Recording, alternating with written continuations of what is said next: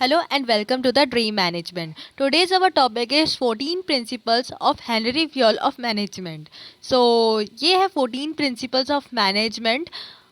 अब हम लोग एक एक को डिफाइन करेंगे. Division of work basically Henry ने ये बिलीव किया था कि जो वर्कफोर्स है हमारे वर्कर्स के बीच, उससे क्या होता है कि हमारी क्वालिटी और एफिशिएंसी दोनों बढ़ती है एम्प्लॉयज़ की और प्रोडक्ट्स की भी. इसमें क्या होता है, हम कंक्लूड कर सकते हैं कि कौन से एम्प्लॉय किस एरिया के लिए ज़्यादा बेटर रहेगा. ओके, एंड नेक्स्ट है अथॉरिटी एंड रिस्पॉन्सिबिलिटी. ये जो होते हैं मेन की फैक्टर्स होते हैं मैनेजमेंट के. अथॉरिटी क्या डिफाइन करती है कि कौन क्या काम कर रहा है, काम अच्छे से कर रहा है कि नहीं कर रहा है. और रिस्पॉन्सिबिलिटी क्या होती है कि हम काम कर रहे हैं किसी की गाइडेंस में और लीडरशिप में, तो हम अच्छी तरह से काम करें. नेक्स्ट है डिसिप्लिन. डिसिप्लिन तो मोस्ट इम्पॉर्टेंट फंक्शन है मैनेजमेंट का. अगर कहीं भी किसी भी एरिया में डिसिप्लिन नहीं होगा तो हमारा वर्क ही कंप्लीट नहीं हो पाएगा, क्योंकि वहाँ के जो एम्प्लॉयज़ हैं वो प्रोफेशनल है ही नहीं, उनको प्रोफेशनलिज्म नहीं पता. नेक्स्ट है हमारा unity of command. Unity of command ये होता है कि हम लोग का बॉस जो है वो एक ही है, हम एक ही बॉस को फॉलो कर रहे हैं. अगर डिफरेंट डिफरेंट बॉसेस होंगे, बहुत सारे बॉसेस होंगे, तो कॉन्फ्लिक्ट और हो जाएगा कि हम किसकी बात सुने और किसकी बात नहीं सुने. डेली बेसिस पे अगर एम्प्लॉयज़ को कंफ्यूजन ही होता रहेगा तो काम कभी कभी हो सकता है रिपीटेड काम हो जाए. कभी कभी हो सकता है एक ही काम दो लोगों ने किया, इससे कंपनी के रिसोर्सेज भी वेस्ट हुए और टाइम भी वेस्ट हुआ एम्प्लॉयज़ का. इसीलिए unity of command. Than unity of direction. एक जो एम्प्लॉय होता है उसका गोल क्या होता है कि एक ही है, जैसे हमें ऑर्गेनाइजेशन को आगे बढ़ाना है, यही हमारा गोल है. मोटिव हमारा एक ही है. तो जब गोल और मोटिव एक ही होगा एम्प्लॉयज़ का, तो उस गोल के तक हमें पहुंचना इजी हो जाएगा. तो उस गोल को बताने के लिए हमें यूनिटी ऑफ डायरेक्शन की ज़रूरत पड़ती है. अब है सबॉर्डिनेशन ऑफ इंडिविजुअल इंटरेस्ट. जब एक इंसान का इंटरेस्ट एक ही तरफ होगा, एम्प्लॉय का गोल भी एक ही तरफ होगा, तो कितना इजीली हम उसे अचीव कर सकते हैं. अगर कोई इंटरेस्टेड ही नहीं है उस गोल में, जैसे कि एक हमने टास्क दे दिया एम्प्लॉयज़ को, अगर कुछ एम्प्लॉयज़ उस टास्क में इंटरेस्टेड ही नहीं है तो वो टास्क कभी पूरा नहीं हो सकता. नेक्स्ट है हमारा रिम्यूनरेशन. रिम्यूनरेशन क्या होता है कि हम जो एम्प्लॉयज़ को मोटिवेट करते हैं, हमारे वर्कर्स जो है हम उन्हें मोटिवेट करते हैं. कभी कभी हो सकता है कि हम उन्हें मोटरली एंड नॉन मोटरली भी कर रहे हो, क्योंकि नॉन मोटरली और मोटरली होते हैं कि फाइनेंशियली और नॉन फाइनेंशियली. कुछ एम्प्लॉयज़ होते हैं जो लोग फाइनेंशियल से बहुत ज़्यादा हैप्पी हो जाते हैं, उन्हें बोनस दे दो वो बहुत हैप्पी हो जाते हैं.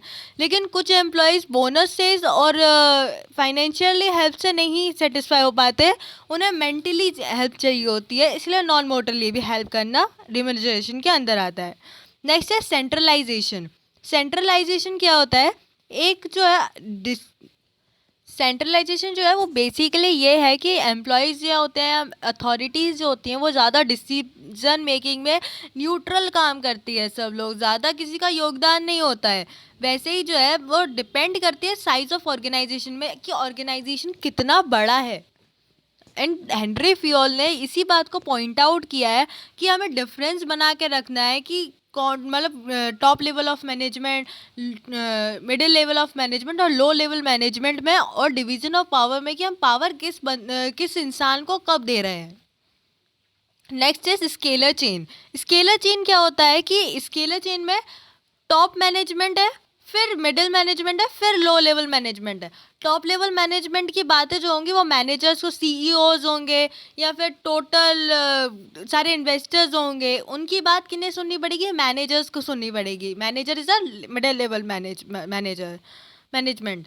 और जो मैनेजर है उससे सबॉर्डिनेट्स को बताना पड़ेगा हर टास्क, और सबॉर्डिनेट्स को जो है वो मैनेजर की बात सुननी पड़ेगी. तो ये एक जो पूरा चेन है इसे स्केलर चेन कहा जाता है, जिसमें टॉप लेवल मैनेजमेंट जो होता है वो मिडिल लेवल मैनेजमेंट को बताता है कि उन्हें क्या टास्क करने हैं, और मैनेजर्स जो होते हैं, मिडिल लेवल मैनेजर्स, वो बताते हैं लो लेवल ऑफ मैनेजमेंट को कि उन्हें कौन कौन से वर्क्स करने हैं. ऑर्डर क्या होता है, एक एटमॉस्फेयर बना देना, जिसमें पॉजिटिव एटमॉस्फेयर बना देना, जिसमें एम्प्लॉयज़ जो है वो फ्रीली वर्क कर सके, जिसमें कॉन्फ्लिक्ट्स ना हो डेली के, या उन्हें रिस्क ना हो वर्क करने में, तो वो आसानी से और ज़्यादा वर्क कर पाएंगे अपने टाइम में। तो एक फेवरेबल वर्क एटमॉस्फेयर बनाना जिसपे वो लोग वर्कर्स जो है वो काम कर सके, एम्प्लॉयज़ जो है अपना फुल पोटेंशियल दे पाएँ। इक्विटी इक्विटी ये होता है कि हर एक एम्प्लॉय को इक्वली ट्रीट करना, कोई फेवरेलिज्म नहीं होगा कि फेवर दिया जा रहा है किसी को, या कोई किसी का मेन है फेवरेट है, ये सब कुछ नहीं होगा, या कोई पार्शलिटी हो रही है किसी के साथ, ये सब नहीं होगा, या फिर किसी का किसी चीज़ को लेकर डिस्क्रिमिनेशन हो, जेंडर को लेकर हो, या उसके स्किन टोन को लेकर हो, या उसकी कास्ट क्रीड को लेकर हो, तो ये सब कुछ नहीं हो सकता एम्प्लॉय एक पूरे मैनेजमेंट में। नेक्स्ट है स्टेबिलिटी। एम्प्लॉयज़ को फील सिक्योर हो कि उनकी जॉब परमानेंट है। अगर डेली बेसिस पे ये होगा कि हम एम्प्लॉयज़ को निकालते रहेंगे बिना उन्हें किसी रीज़न दिए हुए, तो वो इनसिक्योर हो जाएंगे कि हम ये कभी भी निकल सकते हैं हम लोग। तो उन लोगों का मेन फोकस हमारी जो मैनेजमेंट है, हमारी जो कंपनी है, उस पर काम करने में नहीं होगा, नेक्स्ट जॉब ढूंढने में होगा कि हमारा जब यहाँ से छूट जाएगी तो फिर हम किधर जाएंगे। तो एम्प्लॉयज़ को एक फुल जॉब सेटिस्फिकेशन देना जिससे वो लोग बेटर फील करें। Next is initiatives. इनिशिएटिव्स क्या होता है? किसी भी चीज़ में फर्स्ट स्टेप लेना। तो एम्प्लॉयज़ को मोटिवेट किया जाए कि आप हाँ ये काम करिए, कुछ नया लाया है, कोई क्रिएटिविटी लाया है, तो हाँ आप ये क्रिएटिविटी करिए, हम आप लोगों के बिल्कुल सपोर्ट में हैं, हम आपको मोटिवेशन देंगे, मोरल देंगे, अगर आपको वर्कर्स की ज़रूरत है वर्कर्स प्रोवाइड कराएंगे, पर आप फर्स्ट स्टेप लीजिए। नेक्स्ट है एस्पिरेट दे कॉर्प्स। ये जो होता है एक रिस्पॉन्सिबिलिटी है मैनेजमेंट की कि एम्प्लॉयज़ को मोटिवेट उन्हें करना पड़ेगा।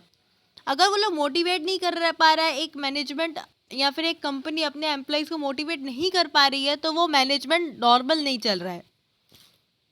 डेली बेसिस पे उन्हें एम्प्लॉयज़ को मोटिवेट करना है, उनके साथ ट्रस्ट बनाना है पूरा का पूरा, उन्हें उनके साथ म्यूचुअल अंडरस्टैंडिंग करनी है, एक पॉजिटिव एटमॉस्फेयर बिल्ड करना है, एक वर्किंग एनवायरनमेंट बिल्ड करना है। तो यही होता है हमारे 14 principles of Henry Fayol of management. So hope करती हूँ आपको ये वीडियो पसंद आई होगी। अगर पसंद आई हो तो प्लीज़ मेरे चैनल को सब्सक्राइब करें, लाइक करें एंड अपने दोस्तों के साथ शेयर करें। Thank you so much. Bye bye.